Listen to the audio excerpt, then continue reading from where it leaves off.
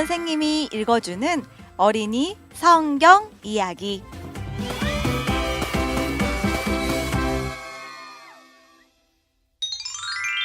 118번 이야기.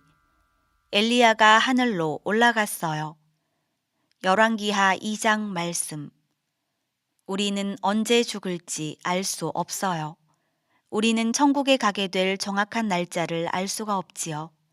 하지만 엘리야는 달랐어요. 엘리야는 자기가 곧 하늘로 가게 될 걸 알고 있었어요. 그리고 하늘로 가기 전에는 죽지 않을 거라는 사실도 알았어요. 하나님이 엘리야를 위대한 기적으로 하늘로 데려가실 거라고 말씀하셨기 때문이에요. 엘리야는 땅에서 보낸 마지막 시기에 뭘 하고 있었을까요? 엘리야는 긴 여행을 하고 있었어요. 그 여행에서 엘리야는 몇 학교들을 방문했어요. 이 학교들은 특별한 학교였어요. 선지자 학교였지요.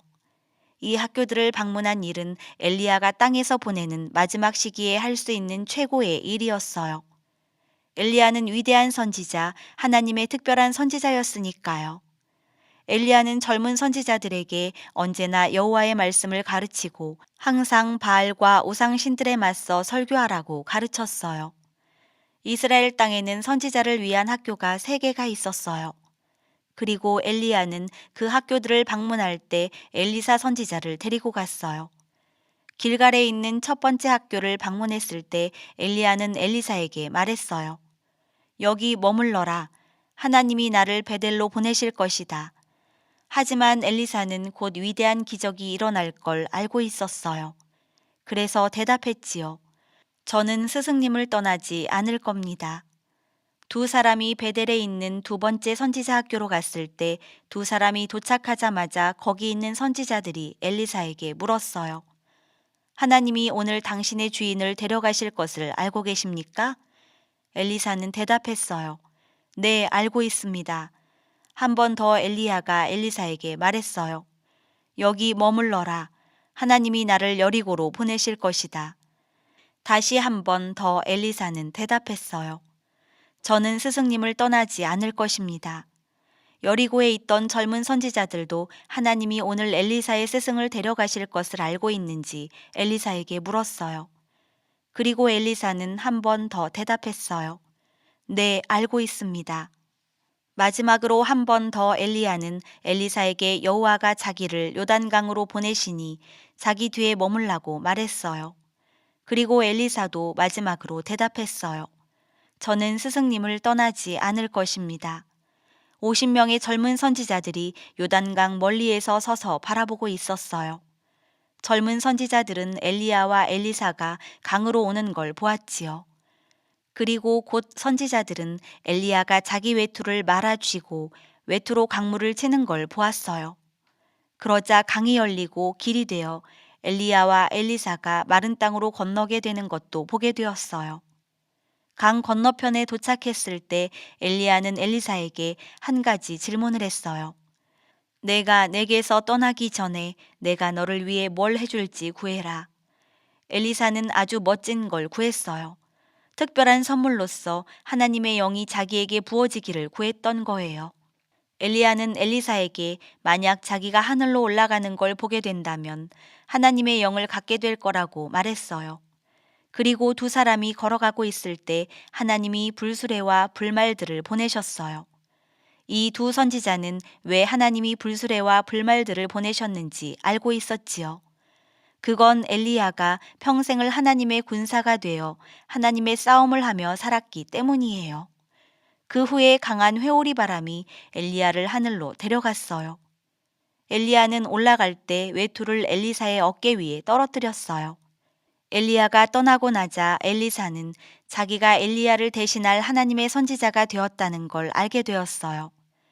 엘리사는 이제 혼자 요단강으로 되돌아왔어요. 강변에 서서 엘리사는 엘리야의 외투로 물을 치면서 물었어요. 엘리야의 하나님, 여호와는 어디 계십니까? 그러자 하나님이 기적으로 다시 물을 가르셨어요. 엘리사는 강을 가로질러 건넜지요.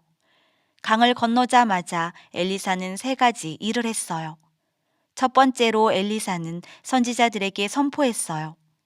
선지자들이 엘리사에게 아주 이상한 말을 했거든요. 엘리야를 찾으러 50명의 젊은 선지자들을 보내겠다는 거예요.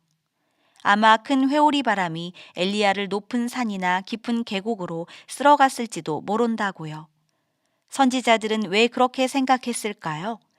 그건 젊은 선지자들이 하나님이 엘리야를 하늘로 데려가셨다는 것을 믿지 않았기 때문이에요. 그 선지자들은 하나님의 기적을 믿지 않았지요. 엘리사는 안 된다고 대답했어요.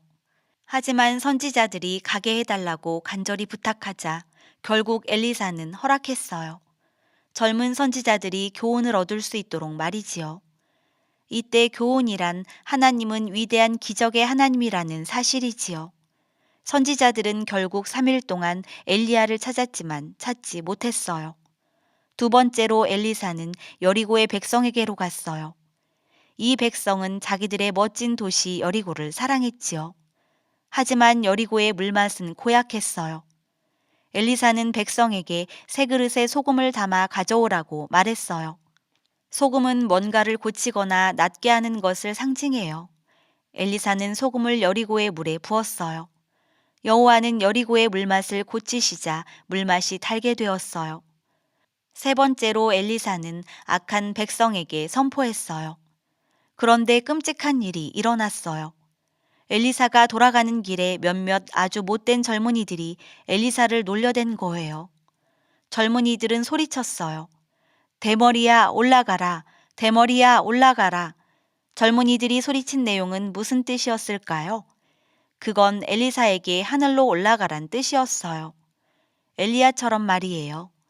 그 젊은이들은 엘리야가 하늘로 올라갔다는 사실을 믿지 않았어요.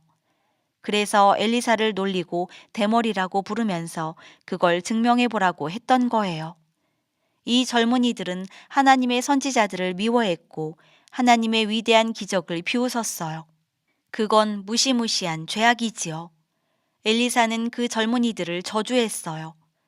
그러자 하나님이 곰 2마리를 보내셔서 그 악한 젊은이 42명을 죽이게 하셨어요.